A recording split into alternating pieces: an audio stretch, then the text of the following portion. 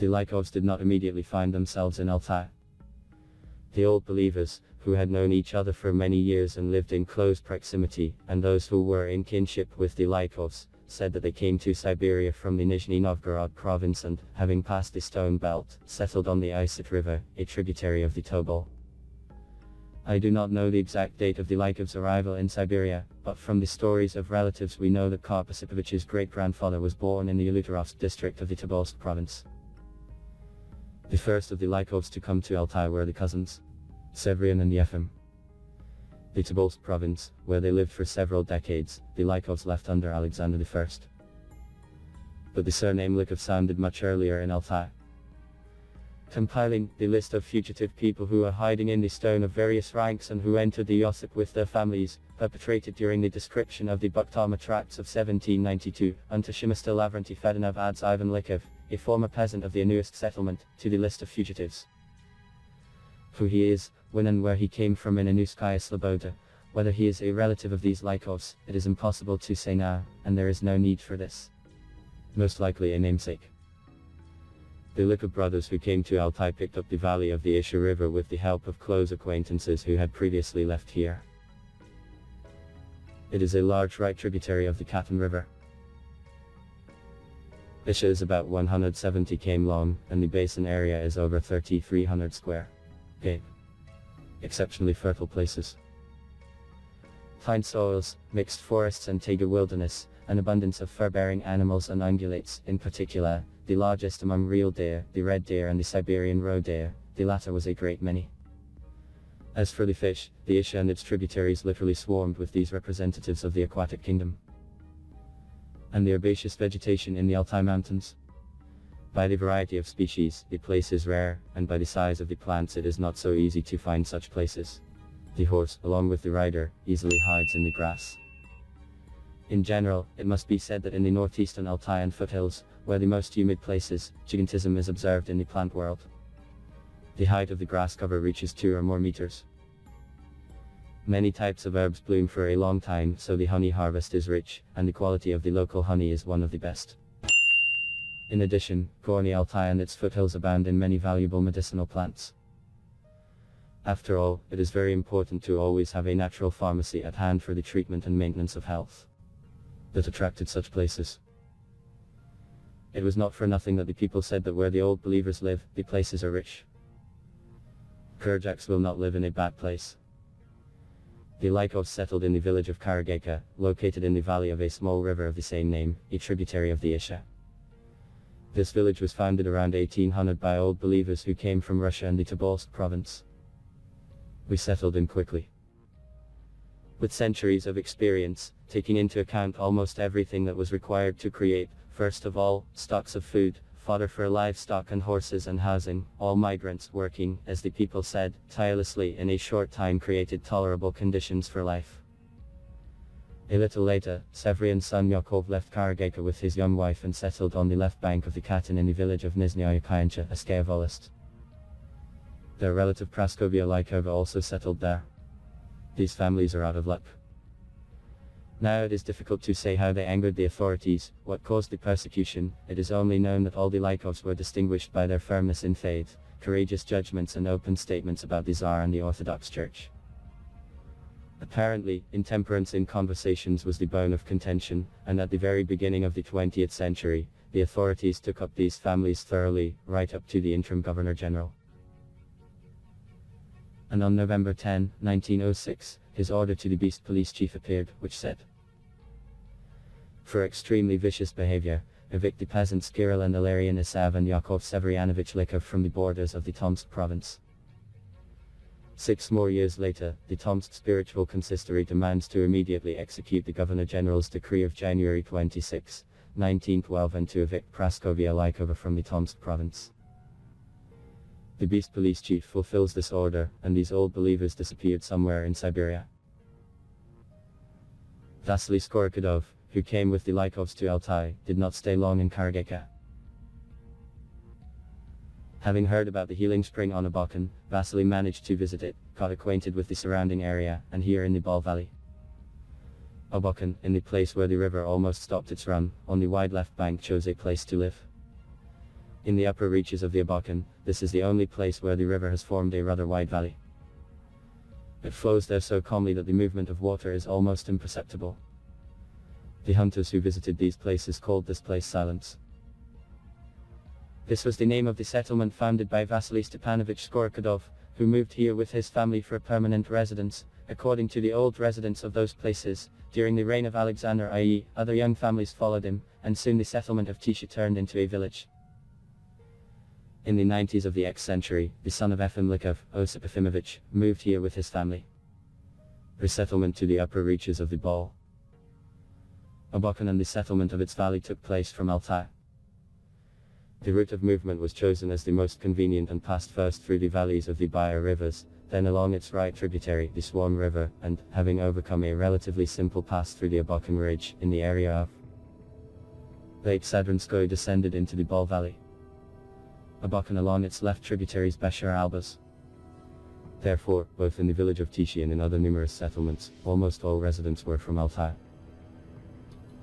Their relatives remained in Altai, and the connection was constant. Inhabiting these taiga places, the old believers uprooted the taiga, cleared the mows, skillfully burned the slopes of the mountains facing the south, the so-called sunbaths. The burned out areas were overgrown with raspberries, Ivan tea and other melliferous plants.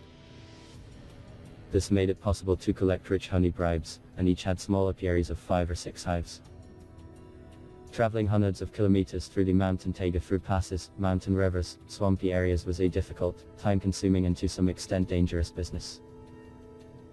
It was necessary to transport not only household items, but also grain for sowing, poultry, carpentry tools, agricultural implements, overtake cattle, in short, everything necessary so that upon arrival at the chosen place, you could calmly arrange your life. And all in a pack way. There are no roads, only paths.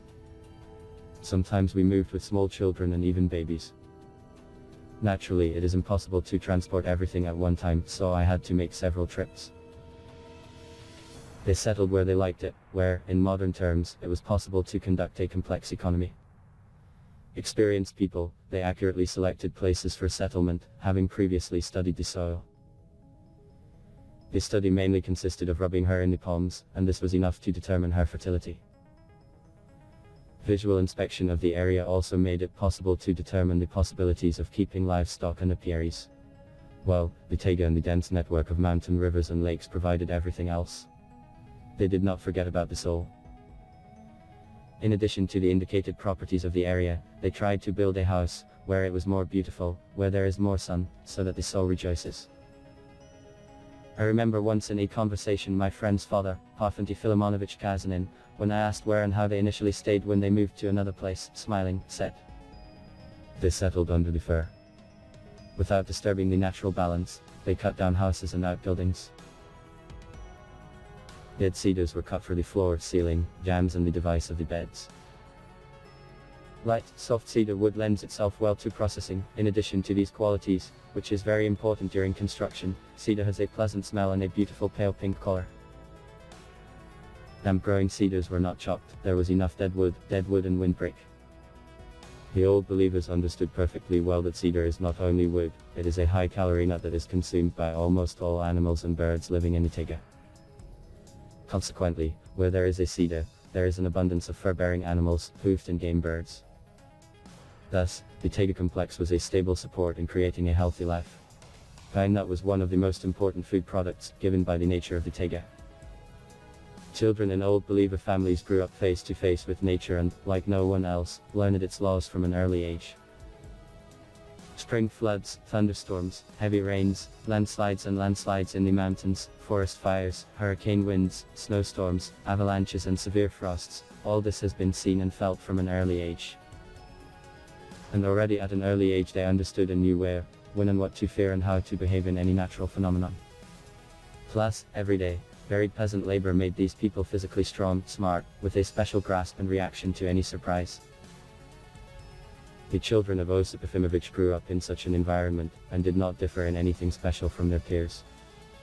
In total, his family had 9 children, and by seniority they were located as follows: Daria, Stepan, Karp, Anna, Evdokim, Nastasya, Alexandra, Theoktista and Kionia. The last 4 daughters died as children from various diseases. Having matured, the young guys tried to get to know the taiga expanses, visit other places where people live, see cities, and stay with relatives. And the communication was frequent. All of them had horses, so there were no problems. We chose the time, saddled the horses, and set off. Well-fed, hardy horses covered tens of kilometers of mountain taiga during daylight hours, overcoming passes, mountain rivers and other obstacles. Taiga paths were in excellent condition in those years. It was a time when the entire vast territory of western Siberia, especially its south, was quite densely populated. Almost all places where it was possible to run a household were developed, and this resettlement gradually continued. The settlements were in 1 yard, in 2 or 3 yards, small settlements. There were hundreds of thousands of such villages and villages. In a word, it was a dense network of settlements. While exploring new places, we tried to preserve nature as carefully as possible, knowing full well that taiga, vegetation, water are the main companions of well-being. Each farm had horses, cattle, sheep, sown area, etc. I must say that these were mostly strong farms. The peasants tried to acquire high-yielding cows, hardy horses, were constantly engaged in selection. They bought, exchanged with each other, and thus raised highly productive livestock, raised high grain yields.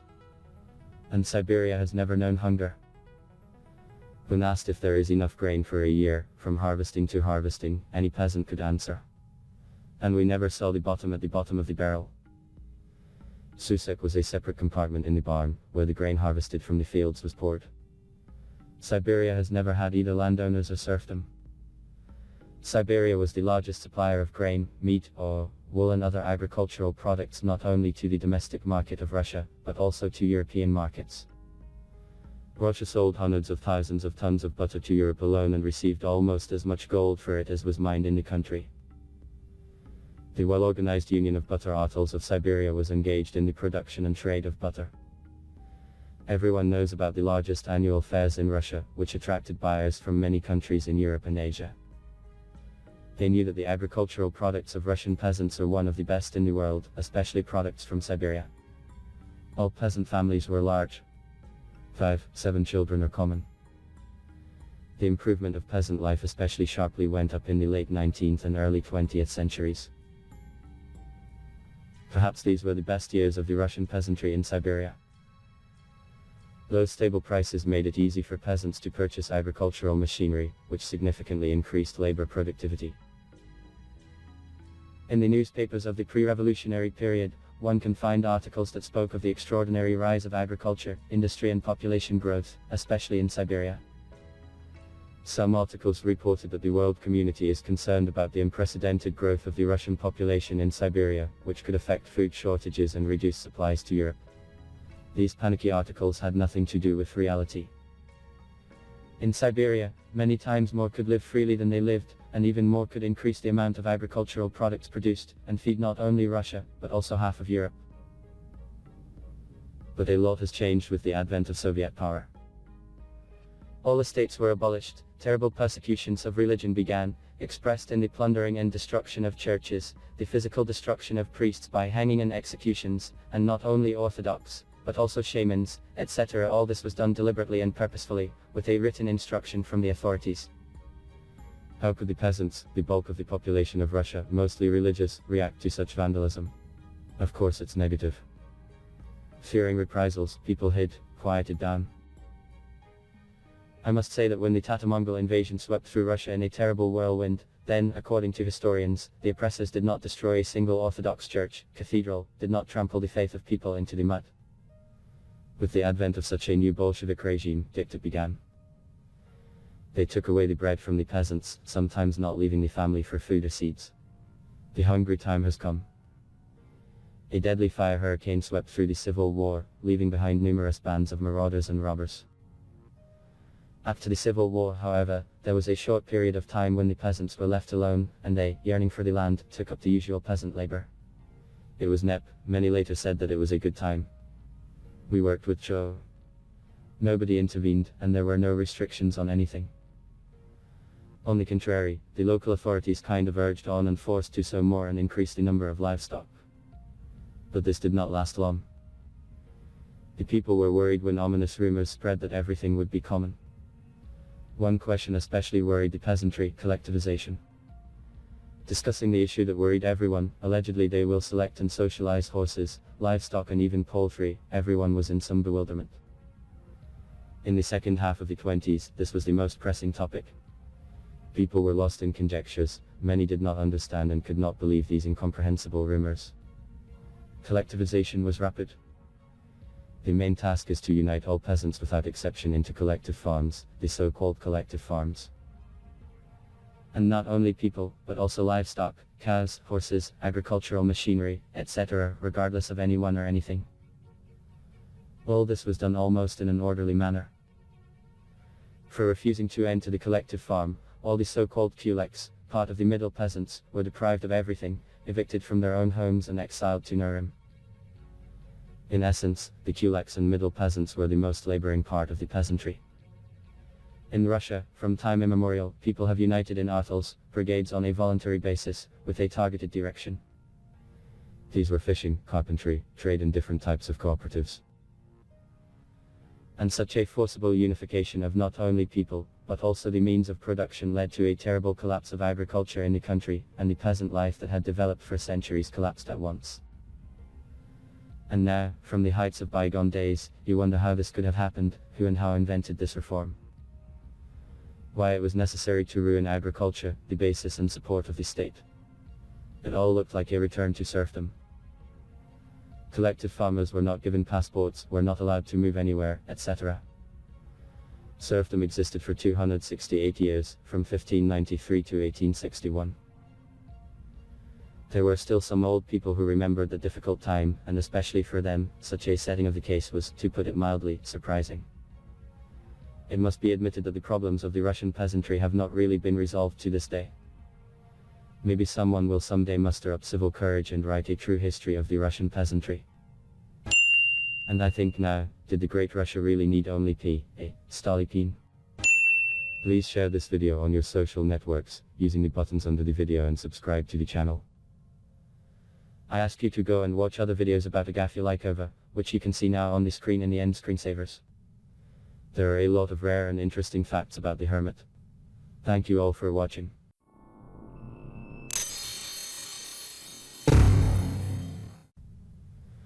Collectivization of the early 30s of the last century was rapid. The main task is to unite all peasants without exception into collective farms, the so-called collective farms. And not only people, but also livestock, cows, horses, agricultural machinery, etc., regardless of anyone or anything.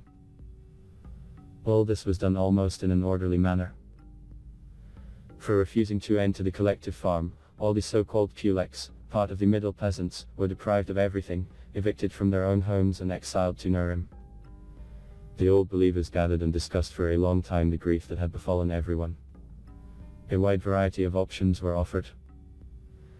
Some advised to go further into the taiga, others insisted to leave through the ridges to Tynutuva, since the border was almost close, and some insisted to stay in place and wait for what would happen. Later it was said that delegates came, gathered people and talked a lot about the benefits of collectivization. One old man, telling me about the time, said, "They tempted with satanic speeches. After their speeches the men began to scatter through the taiga, but they lived freely, did not interfere with anyone, there was a settlement in every lot. Opinions were divided, and they began to make decisions, each according to his own understanding. Some managed, having crossed the mountain ranges, to go to Tuva, others tried to move closer to the workers' settlements, where there was government work, but the main part remained in place, and an agricultural atoll was subsequently organized in the village of Tishi. And the Lykovs and their relatives moved to the upper reaches of the Abakan, and on its right bank, at the confluence of the Karp River, they settled down. 5 walled huts were cut down here in a short time, and this village received the official name of the Verkhnya Yakurchik Zamka. In any case, this is how it is indicated in the documents. In total, 6 families moved here, of which 3 are the families of the Lykov brothers, Stepan, Karp and Evdokim. There was nowhere else to go. So they settled in this remote taiga place, naively thinking that they would not be reached so easily, and they could survive here a dashing time. However, they did not lose touch with the world. They closely followed everything that happened in the state. and now one should not judge the correctness of their decisions. In those years when it was so simple, suddenly, so to speak, without preparation, the authorities decided to dispose of the fate of the bulk of the inhabitants of Russia, many were confused. In those years, scientific expeditions began to appear in the Altai and Sayan mountains, which were engaged in the study of this territory, which is of great scientific interest. And there were plenty of white spots in the nature of Siberia. To work on expeditions, guides and workers were invited from local residents from among the hunters and taiga. All these people were experts in flora and fauna, medicinal plants. And they knew the area like the back of their hand. Young men eagerly accepted invitations to work on expeditions and provided invaluable assistance in collecting various scientific material, creating a camp life, caring for horses and preserving expeditionary property. Timely warned about the approach of any life-threatening natural phenomena according to only they know the signs. And often they unwittingly became assistants to the chiefs of expeditions. Their knowledge of nature gave them unquestionable authority. And we must give them their due, they helped in the study of the nature of the Altai-Sayan mountain taiga system. In the reports and works of researchers who traveled in the Altai and Sayan mountains, you can find dozens of names of local residents who took part in expeditions, to which the scientists refer. These are residents of the northeastern Altai and western Sayan, in particular the lower, Tisha and upper Kirghiz settlements. Their close relatives still live in the villages of Altai and Sayan. The surnames of Molokov, Deminov, Shmarin, Zolotayev, Bursand, Samoilov, Perev and others appear especially often. And of course, the Lykovs, whose surname was put on military topographic maps in the early 40s. In the 20s of the last century, the All-Russian Society for Nature Conservation carried out a great deal of work on nature conservation, where Schillinger, a man who roamed Russia up and down, was the chief specialist and great connoisseur of wildlife. The result of his numerous scientific expeditions was the creation of projects for over 20 reserves in the Usser, including the Altai one. Traveling through Altai and Western Sayan, Schillinger determined the approximate boundaries of the future reserve and, upon returning from the expedition, presented for consideration his project, centered on Lake Teleksy. The protected area included the most scientifically interesting places and rare natural landscapes. The creation of the reserve on Lake Teleksy was the most important event of the time. The reserve encompassed a significant part of the Lake Teleksy basin, its right bank, the right bank of the Chulishman River and the upper reaches of the Bolshoy Abakan River, and became one of the largest reserves in the Ussa. Thus, the Verkhnyaya Kirghiz hut of the Lykovs ended up on the territory of the Altai Nature Reserve. The reserve was organized by the decree of the All-Russian Central Executive Committee and the Council of People's Commissars of the Rusvers on May 4, 1930. Local authorities, the Urot and Kakas Regional Executive Committees in December 1931, by a special resolution, recognized the opening of the reserve as expedient. In April 1932, a decree on the establishment of the State Altai Reserve within the Urot and Caucasus regions appeared. Although the text of the resolution referred to the territory about 1 million hectares, in fact, its area was more than 1.3 million hectares. The main base for the management of the reserve was the village of Yelu. As soon as the rumor about the creation of the reserve got around, and people found out what kind of organization it was, residents of the nearby districts reached out to the reserve in order to enter such an interesting public service. Among them were the indigenous inhabitants, Altai and Old Believers. Taiga people, hunters, pathfinders, experts in Gorny Altai and Western Sayan were taken into the protection of the reserve by observers. Carpenters, joiners and peasants who know agriculture were invited to organize a subsidiary farm, build a village and cordons. The overwhelming majority of the hired observers in the guard were decent, modest, and at the same time decisive and courageous people. They all knew the taiga well, the conditions in which they would have to work, and quickly figured out the objectives of the reserve and their responsibilities. From their midst somehow immediately stood out, Molokov Danila Makarovich, whom I often mention in the story, is a kind, attentive, disciplined person. In the collective of the reserve, he enjoyed authority throughout the years of service in the protection. Molokov knew the Lykov family and many Old Believers living in the Western Sayan very well. The situation developed in such a way that almost all contacts with the Lykovs fell to his lot. Demona Valerian Fedosevich was a match for Molokov, and the character and knowledge of the wild nature. An unsurpassed hunter-trap, a great connoisseur of medicinal plants. Observers deserve attention: Kulbakin, Tobakov, Kolovin, Buduv, Yakovlev, and Dadikov, Forrester Abramov and others. All of them have done a lot to equip this vast reserve. In the total Massachusetts of people who entered various construction and maintenance work, there were relatives of the Lykovs and residents of most of the Abakan settlements. Oshipkov Moisey Osipovich, his relative Ivan Sergeyevich Brylyakov and Parfenty Filomonovich Kazanin stood out especially clearly. These conscientious and deeply knowledgeable people have been engaged in large-scale farming of the reserve for many years, until its liquidation in 1951. Kazanin is the father of 7 children, was a close relative of Lykov. The Oshipkovs, although far away, were also related to the Lykovs. Stepping back a little, I would like to say more about these people. Firstly, they all had contact with all the worldly ones, just like most of the inhabitants of Siberian villages had contact with each other, and we didn't feel any particular edge. But they stood out for their personal household management, hard work, cleanliness. The first of the Oshipkov family to come to Siberia, during the reign of Alexander I, was Frol Oshipkov with his family. They came from Perm and first settled near the city of Tomsk in the village of Borovushka. But they stayed here for a short time and soon moved to Altai, where they finally settled in the village of Ishpanik. The Frol family had 7 children. One of his sons, Osip, was born in Altai. He also had 7 children. His children were distinguished by their great growth, physical strength and a clear mind. Moses and Akinfi stood out especially. Akinfi Osipovich did not live long. He died before the war in the village of Yelu as a result of a medical error at the age of 29, leaving 7 children in his wife's arms. His eldest son Luka graduated from the 7-year school and, by self-education, comprehended working with metal, comprehended electric, turning, and auto business.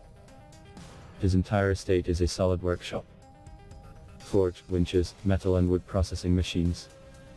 He approached all works creatively. He designed and built a mini tractor, invented and installed automation on a lathe, invented an electric splitter to chop wood. All homework is done by units built by him. Luka is the father of 7 children. Now he lives in Altai in the village of Udalokka. Moisey Osipovich had no children. He was an attentive, sympathetic person. He was always one of the first to appear where something happened and, as best he could, provided help, if needed, to anyone who needed it. For many years he was in charge of the reserve's economy, and any work related to sowing, harvesting, haymaking and other matters was done in due time. He was tall, powerful in build and possessed great physical strength. His strength amazed everyone. There are many cases where he used his power to the great amazement of those present. I recall a funny incident that I witnessed. Once before the war we played on the shore of the lake, near the pier. The main warehouse of the reserve was also here. The warehouse was open, and we saw how one carpenter from the construction team, a rather large man of solid build, brought out of the warehouse, one by one, 2 large boxes of nails, put them one on top of the other on a block and waited for the cart to take the nails to their place. Construction. At this time Moisey Osipovich passed by. The carpenter, seeing him, smiling and joking, said, "Oshipkov, take the nails away." Moisey Osipovich did not say anything, silently walked over, picked up both boxes more comfortably under the arm of his right hand, then turned rather sharply to the carpenter, bent down slightly, grabbed his legs in the knee area with his left hand, and straightening up, threw the carpenter with his stomach on his left shoulder and also silently and unhurriedly carried both the carpenter and the nails. It was 200 meters to the construction site. We rushed after them. Moisey Osipovich easily carried his burden to the construction site and, amid the laughter of the whole brigade, carefully put the carpenter on his feet, threw the boxes on the ground and, without saying a word, went about his business. Everyone was amazed and began to loudly estimate the total weight. It turned out in the range of 170–180 kilograms. At the beginning of the war, Oshipkov went to the front. Throughout the war years, Lykov and Kazanin were engaged in agricultural work. Both of them knew the peasant business perfectly, therefore there were no failures.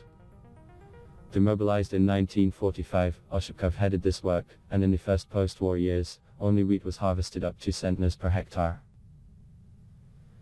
This is an outstanding result, and the director of the reserve Martinov twice directed the submission to confer the title of Hero of Socialist Labor on Osipovich.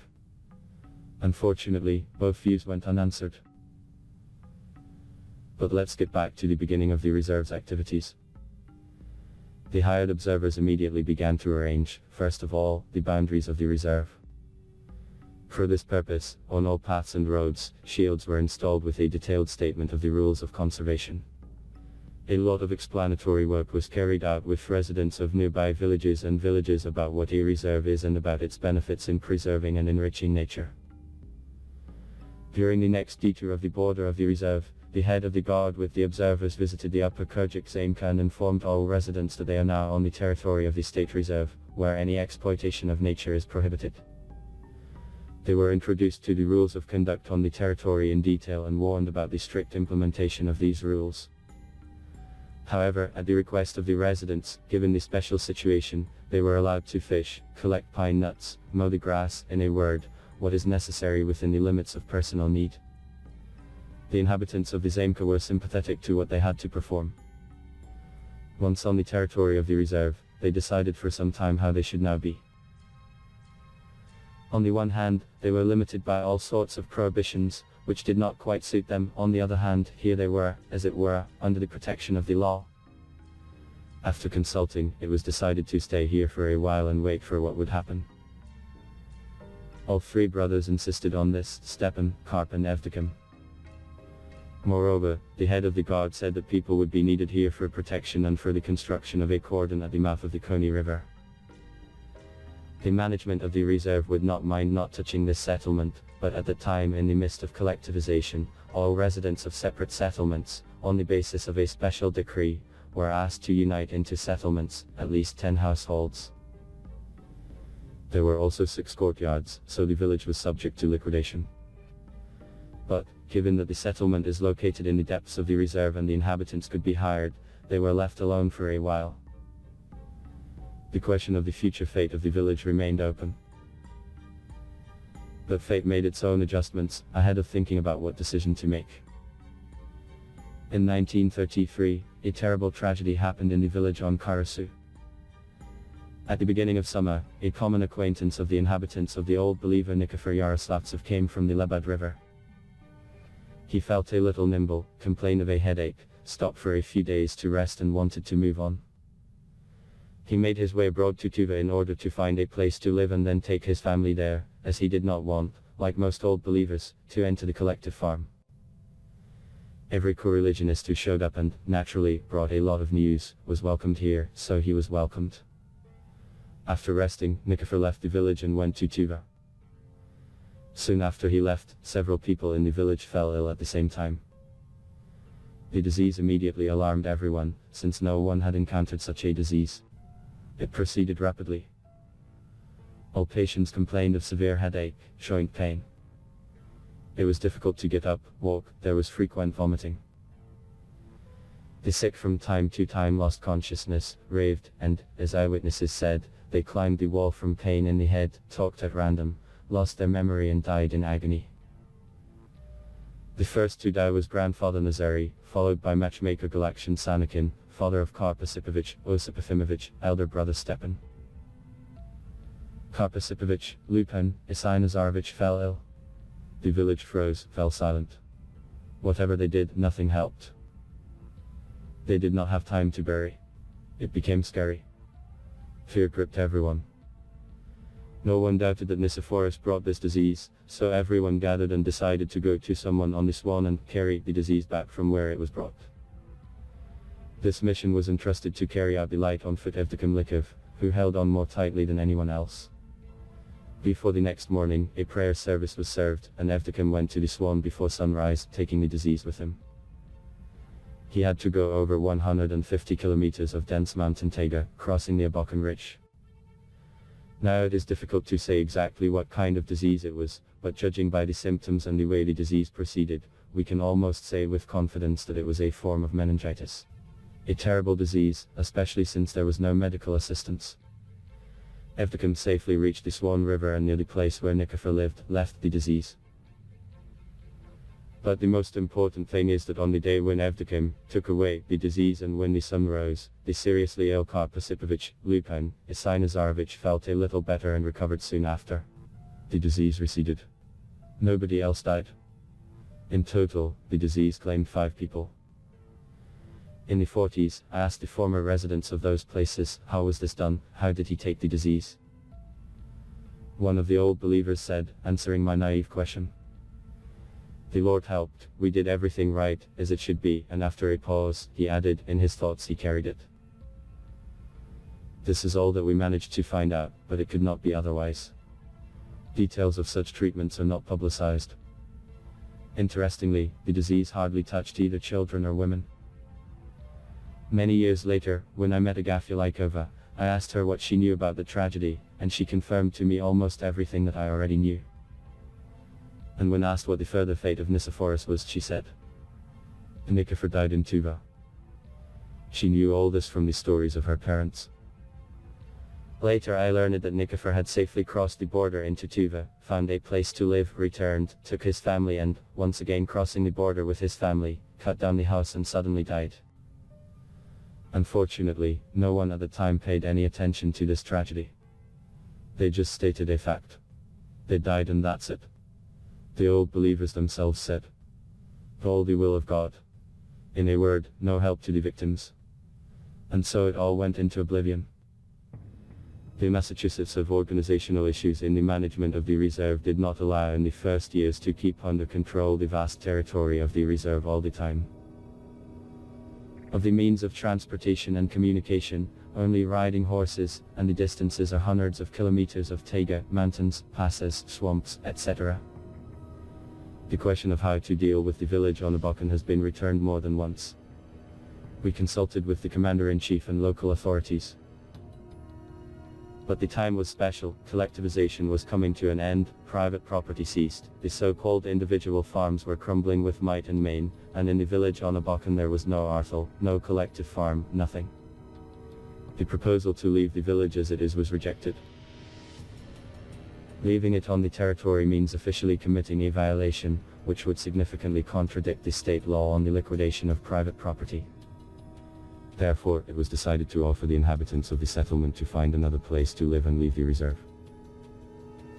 In the fall of 1933, the observers of the reserve, Danila Molokov, Nikolai Buduv, Alexei Kobakin, Forester Semyon Abramov, headed by the head of the security, appeared at the hunt and, having gathered all the residents, explained to them that the high authorities did not allow them to leave them on the territory of the reserve, so they had to leave from the territory.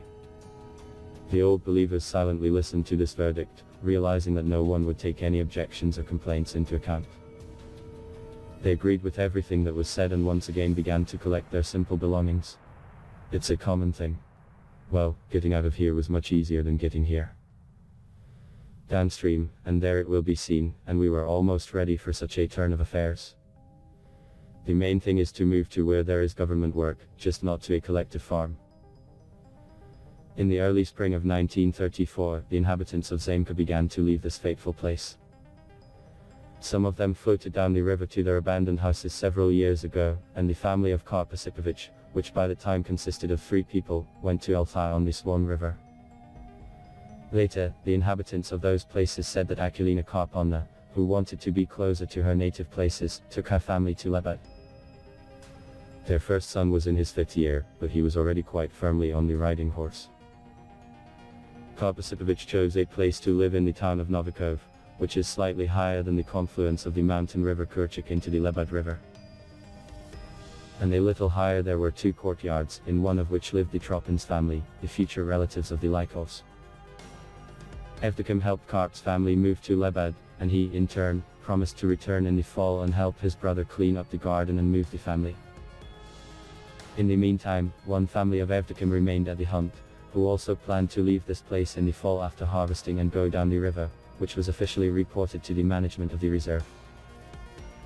Evdokim's wife Aksiniya was expecting a child, and this was the main reason for the delay, and their first young son was seriously addicted. Personally, Evdokim did not want to leave these places. He thought to stay and join the protection of the reserve at the cordon, which was to be built on the border of the reserve at the confluence of the Koni River into Abakan. He talked about this with the head of security who, in principle, did not object, especially since Molokov spoke positively about Evdokim and recommended that he be hired. This question has practically been resolved. But in any case, it was necessary to leave from the capture to Cairo. So the question of resettlement would have been resolved peacefully, but fate again brought its terrible adjustments to their lives. As it turned out later, other residents of the Abakan settlements, and not only them, thought about entering the protection of the reserve at the Abakan cordon. In a word, there were many applicants. But Evdokim was, so to speak, the number one candidate. This circumstance was the reason that the management of the reserve received an anonymous letter in which the characteristic of Evdokim Lykov was stated. The letter was transmitted through hunters and observers. This dirty, slanderous letter said that Evdokim was poaching, he was not going to leave the territory of the reserve, and if he was accepted into the guard, he would open the gates to his people for fishing on the territory of the reserve. They even agreed to the most incredible, as if Evdokim provided assistance to the bandits who took refuge in the taiga after the end of the civil war in Caucasia. By the way, Evdokim was 15 years old when the civil war in Siberia ended. Now it is difficult to say who was the author of this dirty letter, and it is impossible. Sinned on Zolotayev, on others, but all this in Philistine gossip. The management of the reserve immediately sent two observers to Abakan, Nikolai Rusakov and Dmitry Klistchanov, in order to understand and find out the situation.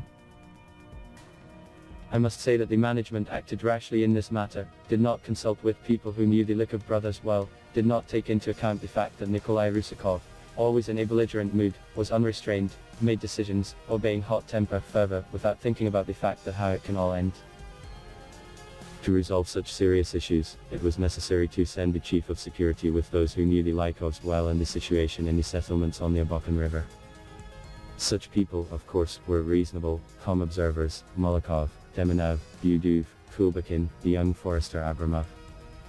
In a word, there was no shortage of decent, experienced people. The head of security at the time was on a business trip in the regional center. It is clear that such a hasty decision was clearly rushed. The observers appeared at the hut unexpectedly for the Lykovs, who at the time were finishing digging potatoes and immediately did not pay attention to two people who came out of the taiga with rifles in their hands. Evdokim was the first to notice the people walking towards them and quietly told Karp about this. The brothers stopped digging and carefully examined the two armed men walking slowly towards them. The Lykovs did not even think that they were the observers of the reserve, and they were at a loss.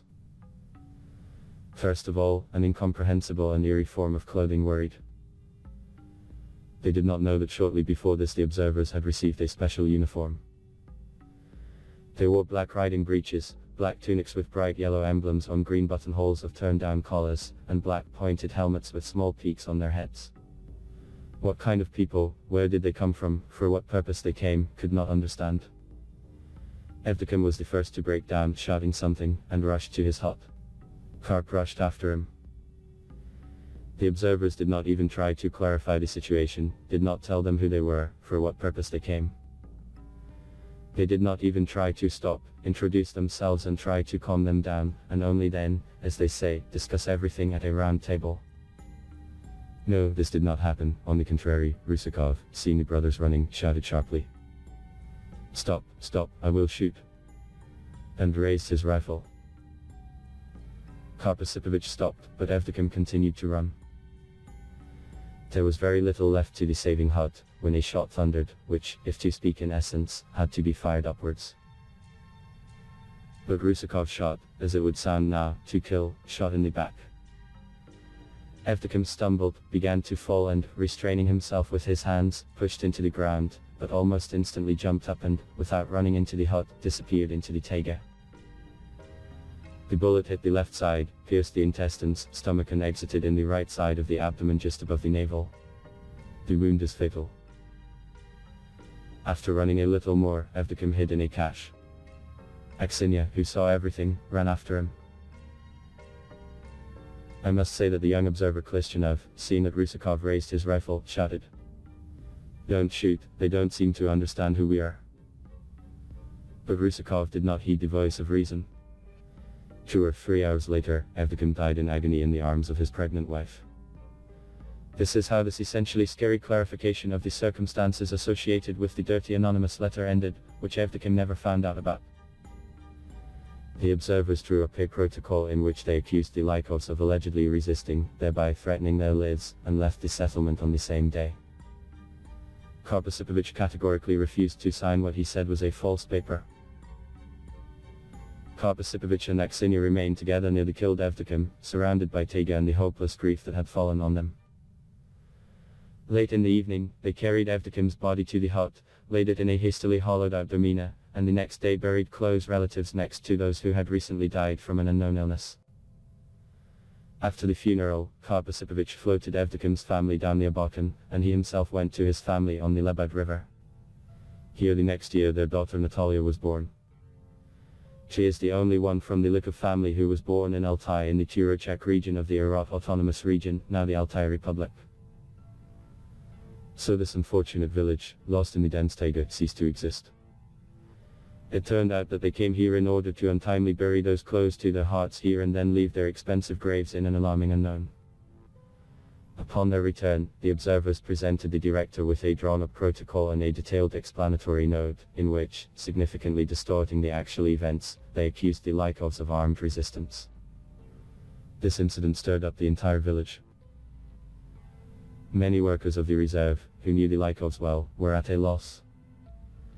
How could Evdokim, who sincerely wished to work in the reserve, when the question of his admission was practically resolved, provide armed resistance? In a word, they did not quite believe this, but, talking among themselves, they said that something was wrong here.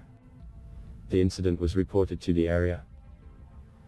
An investigation was carried out, but somehow superficially, as if not attaching special importance. No one was brought before the court. Mid-30s. The most confused in their time. Well, killed, and what's so special? So it is to blame. In the spring of 1935, a group of observers led by the head of the security visited an abandoned village. Examining the surroundings of the village, they found that the bear had dug up Evdokim's grave, pulled out the corpse and ate it. The deck in which Evdokim was buried was lying nearby.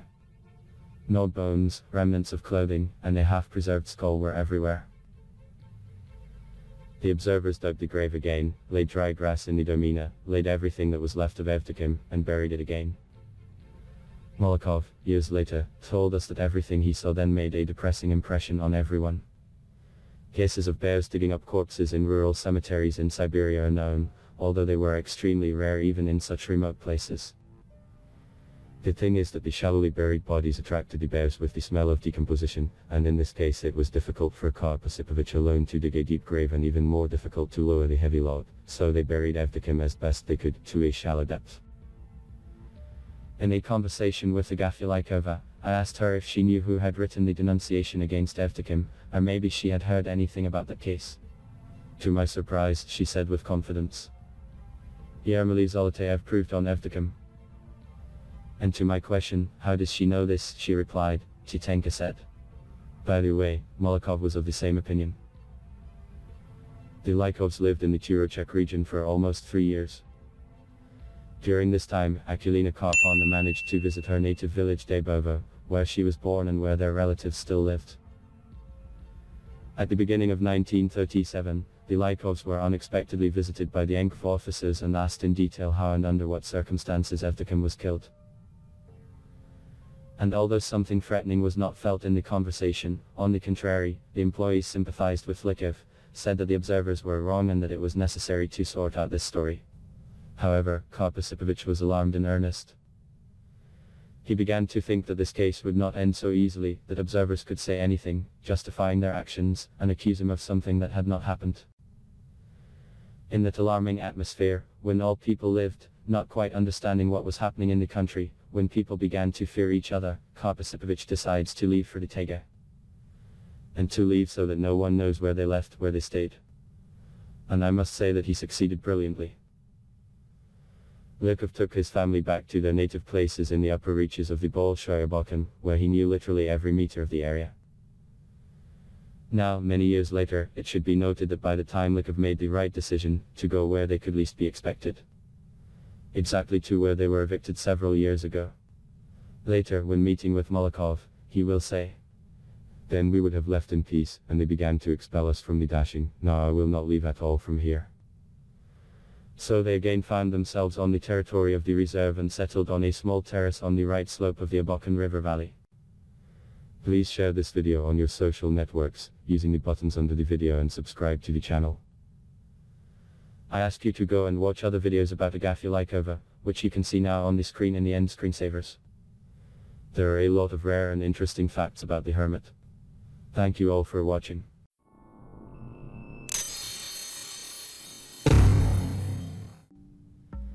The first time I visited the Lykov family of old believers, who had lived for many years in the remote taiga in complete isolation from people, in October 1980. In extremely difficult conditions, almost with bare hands, they withstood and survived. Life has put on a cruel, but very interesting from many points of view, experiment, which once again confirmed the enormous capabilities and reserves of the human body and spirit. At the time, the Lykov family consisted of 5 people. 3 years have passed. From Peskov's publications in Komsomolskaya Pravda, the whole world learned about the unusual and largely tragic fate of this family. Many changes have taken place in their lives in recent years. The saddest thing is that 3 of the Lykovs, Dmitry, Savin and Natalya, quickly, one after the other, died. What happened? From what? How to save the lives of the rest of the Lykovs? These and many other questions worry thousands of people. And so we again go to the Lykovs, to the remote Siberia corner, take a dead end, as Vasily Peskov called this place not very well. Our second stay with the Lykovs was longer than the first in 1980. It was 2 weeks, from 17 to 30 August 1983. Some of the impressions from this and subsequent expeditions are described in the notes I made along the way. August 13, 1983 we left by train from Krasnoyarsk to the city of Abakan. The composition of the expedition: writer Lev Stepanovich Sherepanov, our leader, artist Elvira Viktorovna Motakova, Dr. Nikolai Mikhailovich Kudim, and the author of these notes. On the train, the conversation kept returning to the Lykovs, and Lev Stepanovich and I, who had already visited them in 1980, have to answer many questions from our comrades. Nikolai Mikhailovich, as a doctor, was primarily interested in medical problems. I remember that at the time I was very surprised by the fact that the Lykovs did not use table salt in their diet. But it is known that sodium chloride takes an active part in life support, and its lack can lead to severe changes in the body, up to mental disorders, loss of consciousness, acute cardiovascular failure and human death. The Lykovs' medical examination last time was hampered by our short stay with them, 2 days, and, of course, by the fact that their faith, old believers, sharply limits contact with worldly people.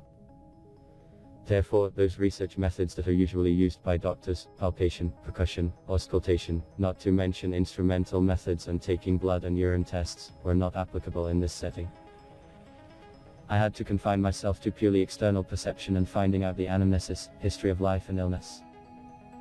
At the time, the Lykov family consisted of 5 people: father Karp Osipovich, 84 years old, sons Savin, 55 years old, Dmitry, 44 years old, and daughters Natalya, 50 years old, and Agafya, 39 years old. This age was recorded by me from the words of the Lykovs themselves. In appearance, they all look 10-15 years younger. Everyone's height is below average. The tallest is Karp Osipovich, about 156-158 cm, the lowest is Agafya, 148-149 cm. The physique is correct, proportional, no congenital and acquired deformities and defects were determined. Rapid mobility and increased elasticity of movements of all Lykovs, as gymnasts or acrobats, were noted. For example, Karp Osipovich, at his advanced age, freely took out a fallen object from the ground, without bending his knees. Everyone's gait is free, relaxed, somewhat, especially for daughters, mincing, probably this way it is easier to walk in the mountains among which they live. There were no clinical signs of hyponatremia, low sodium content, which could be assumed given the absence of table salt in the diet. The front teeth of all Lykovs were preserved, on them there was the deposition of stones, they did not have the habit of brushing their teeth. Karp Osipovich's speech is correct and understandable, the rest of the Lykov speech articulation is somewhat impaired, which is not due to the presence of any defects in the maxillofacial and respiratory apparatus, but, probably, to the lack of great conversational practice and prolonged reading of prayers in a certain style and rhythm. In the mental state of the Lykovs, no deviations were noted. They are balanced, affable, benevolent, talkative, inquisitive, reasoning logically. Immediate, like children, with the exception of Karp Osipovich, funny, especially Dmitry and Agafya. Everyone has a good memory, especially Agafya. The Lykovs are well adapted to the harsh conditions of the Siberian taiga. With us, they walk barefoot at a temperature of -3.5 degrees, felt free at this temperature in light clothes made of hemp fabric, dug potatoes with their bare hands from under the snow. From the stories it was found out that the Lykovs were sick mainly from injuries, sometimes there were abscesses, probably associated with skin damage and pollution, and colds, teeth ached. The Lykovs are treated with herbs, livestock, honeysuckle, blueberry, from the stomach, lingonberry, from the head, nettle, from gravity and blows, plantain and yellow flowers, from abscesses. The Lykovs' physical fitness and endurance are high. This is evidenced by the huge amount of work done by them, and our individual observations. So, for example, when Karp Osipovich accompanied us from the lower hut to the upper one, the road went almost all the time up a steep mountain, he spoke freely, while the members of our expedition were drenched in sweat, at sub-zero temperatures, and due to shortness of breath they could not pronounce the words. The Lykovs ate twice a day, taking quite a lot of food at a time. Their food usually consisted of boiled potatoes, in uniforms, the chowder from a handful of wheat, turnips and unpeeled potatoes. Fish, grayling, was used infrequently, boiled and dried, meat very rarely, when it was possible to catch a deer or a moose in a trapping pit. Natural cedar nuts or cedar juice, crushed pine nuts with water were widely used. Bread is a mixture of flour and crushed potatoes. They did not drink tea, they did not use boiled water. They do not use tobacco and alcoholic beverages, they are prohibited. They don't have baths, they don't know soap, only sometimes they rinse their hands with water, more purely symbolic. August 14th. We arrived in Abakan. On the same day, we took a bus to the village of Tashtip, 155 km. Overnight at the hotel, Tashel, translated from Kakas, mountain. August 15. In the morning immediately to the airfield and at 10:44 am by plane and -2 flew to the Volkovsky area, where geologists are exploring an iron ore deposit. Under the wing of the plane there is a majestic picture of the boundless Siberia taiga. Gradually, the mountains increase in height, and now in some places snow-covered loches sparkle. Lakes are visible, small and large. But the most beautiful and largest, of course, Black Lake, rich in fish. During the flight, more than an hour, there were practically no villages, only a few houses flashed by on Koryachi Kluyuch, a mineral spring with healing water and mud, about which legends are told. Its healing power has long been known, but it is difficult to get to it, and the construction of a resort on it is probably a matter of the distant future. At 11:50 am. The plane lands at the Geologists airfield located on the Abakan spit. In a straight line to Tashtip it is about 200 kilometers. We were met by Anatoly Ivanovich Lomov, a drilling foreman, our old friend from the expedition in 1980. Memories, exchange of news, and, of course, we hastened to find out how the Lykovs are doing. From the story of Anatoly Ivanovich, we find out that Dmitry, Savin and Natalya died in October-December 1981. They were buried in logs hollowed out of wood. The cause of their death, obviously, we have yet to clarify in a personal conversation with the Lykovs, who survived. When geologists offered to give pills to sick Savin and Natalya, the grandfather said that everyone lives as long as God let him go, and refused treatment. Karp Osipovich's nephew came to the funeral with his son. They persuaded Karp Osipovich to move to the Altai territory, to the forestry where they live. Those who want to work in the leshas, and those who do not want to do their own business. The authorities do not oppress, said the nephew. However, Karp Osipovich refused to leave. According to Agafya, Dmitry refused the sacrament before his death. What is it? Protest. Recently, disagreements have appeared in the Lykov family. The grandfather complained that his sons did not obey him. The new hut was mainly made by the sisters. According to Lomov, when visiting geologists, Dmitry delayed the time of leaving. He did not want to leave people.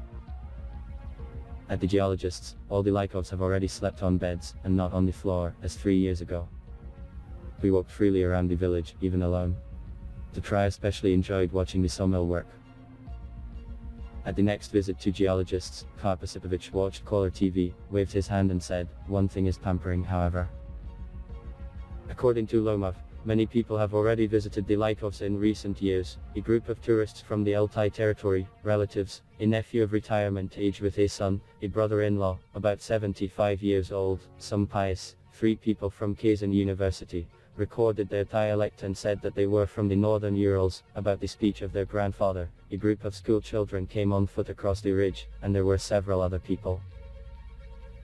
In July 1983, journalist Vasily Peskov visited the Lykovs and stayed for 2 days. Someone in a parcel sent the Lykovs, the Sistine Madonna, by Raphael, a clipping from the magazine. Agafia looked carefully and said, however, "Not of our faith," and did not take it. Madonna still hangs on the wall in one of the geologists' houses. Lomov says, "I'm waiting for Karp Osipovich in his hut." Finally he appears.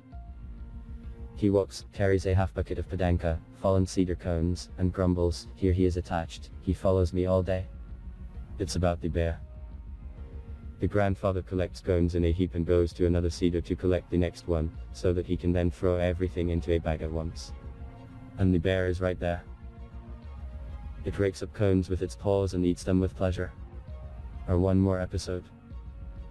Grandfather walks in felt boots on melted snow, puddles and water. And under the roof he has 4 pairs of rubber boots, a gift from geologists. They ask him, why in felt boots and not boots? Answers, and so it is softer. According to Lomov, Karp Osipovich's relatives condemn him for leaving the world and his children have no families. August 16. We were waiting for a helicopter at the Volkovskoye area to take us closer to the Lykovs. The helicopter did not arrive. We tried to fish in Abakan with a rod and sled. Caught nothing. According to geologists, there are no fish in the river this year. We spent the night at the geologist's house. August 17th. In the morning a Mi-8 helicopter arrived. We load backpacks, sleeping bags, received the last instructions from Anatoly Ivanovich how to go to the Lykovs from the swamp, the helicopter landing site. Another person is flying with us, Vyacheslav, an archaeologist from Odessa, who has a few free days and he certainly wants to visit the Lykovs. Mi-8 spins its 10-meter propellers and heads up the Abakan River. In 10 minutes the arable lands and houses of the Lykovs flashed behind the window, first the lower one, and then the upper one, to which we will have to go. Remember the direction. The helicopter soon hovers over the swamp and drops to 1.5 to 2 meters. Endless hummocks, between which water is visible. We drop our things and jump out ourselves. The whirlwind from the screws bent the grass, tearing off our caps. The helicopter takes off and goes back along the canyon of the Abakan River. Immediately there is a deafening silence. Jumping over bumps, we drag our things to the edge of the forest near the swamp. We divide the load into 2 parts. We hang one higher in the trees so that the animals, bear, don't get it. We take the other with us and go to the Lykovs along a barely noticeable path. We walked for about an hour and went to the upper hut in the Golden Valley, as we called it in October 1980, when we first saw the autumn larch bathed in the sun in gold. Agafia's curious face peeked out of the hut and disappeared. The new meeting with the Lykovs was cordial. Agafia remembered that we were with them in the fall. Karp Osipovich remembered Lev Stepanovich's scribe Lenti, and me as a doctor named Georgi. They do not know the name Igor, not in their holy writings, so they called me Yegor or Georgi the Victorious, as Agafia jokingly said. As 3 years ago, they immediately began to regale us with potatoes and pine nuts. Karp Osipovich pointed to a place where you can stop and make a fire. Vasily Peskov and 3 linguists from the Kazan city have already stopped at this place, as Karp Osipovich said. We smashed one tent, put our things in it and went back to the swamp for the things we had left. We returned by 16 o'clock. We talked with the Lykovs, read the letters that are sent from all over the Union. The addresses to which these letters arrive are interesting. For example, South Siberia, Krasnoyarsk territory, Abakan, Abaza village, Tefny Deadlock, from Komsomolskaya Pravda. Lykov Karp Osipovich. Abakan. Settlement of Geologists, Geologist Erafi. Past the taiga Deadlock. Lykov Karp Osipovich. Agafya answers the letters, tracing old Slavonic letters in large handwriting. I ask her to write something in my notebook. He takes a ballpoint pen and clearly writes, Igor Pavlovich Nazarev of the month of August is the 4th day from Adam of summer 7491, Piss of Agafya. The letters, of course, are Old Church Slavonic. The numbers are written in letters, as it was previously accepted. For example, the number 4 was written with the letter D, and the chronology is old. I say great thanks. And praise for the beautiful handwriting. Agafya blushed with pleasure and, at the request of the rest of the members of our expedition, diligently writes her autograph in her notebooks, making the same mistake everywhere. Instead of writing, she displays Pisava. Anasi, Karp Osipovich's nephew, sent them the 70s. Agafya and then Karp Osipovich read from him a prayer about George the Victorious, wishing that he would save us from the bear. They gave Karp Osipovich a big knife and candles. I took it. He thanked, thank you. In the evening, the owners came to our fire and treated us to pine nuts. When several nuts fell to the ground, Karp Osipovich gathered them all together. They get hard. In dealing with us, the Lykovs no longer have the wariness that was noticeable on their last visit. They became simpler and calmer. Probably, they are already accustomed to people and many new things, information, and this does not cause them a state of stress, but only arouses curiosity and interest. They are already free to take various objects from our worldly hands. Agafya retains a childlike spontaneity, although it has somewhat diminished. She is very critical of everything. For example, he speaks of Savin's unnecessary stubbornness. He uproots the stump and drags him alone, but no one needs this. When he could barely walk, she said to him, do not dig potatoes, you will overstrain, you will die, and nothing will be needed. Didn't he obey? He crawled on the ground and dug. That turned out badly. According to the Lykovs, Dmitry, or as they say, Dmitry, was ill for a short time, about a week, and died on September 19, 1981 from a cold. Savin was seriously ill for about 2 months and died on December 7. At this time, he could not even leave the hut, his back ached, there was a chair with blood. Natalya caught a cold. Before her death she was suffocated, she was crushed, strangled, very tormented, died on December 17, 1981, according to the old calendar. Talking about the illness and death of her brothers and sisters, Agafya withdraws into herself, slows down, her speech slows down, her words are quiet, clearer than usual, uniform, with pauses, her eyes look into herself, sits motionless, no facial expressions, she all in memories, in those hard days, re-experiencing everything. The story is detailed, with many details. Occasionally Karp Osipovich supplements Agafya's sad recollection with short phrases. I listen carefully, try not to miss anything, analyze. Please share this video on your social networks, using the buttons under the video and subscribe to the channel. I ask you to go and watch other videos about Agafya Lykova, which you can see now on the screen in the end screensavers. There are a lot of rare and interesting facts about the Hermit. Thank you all for watching.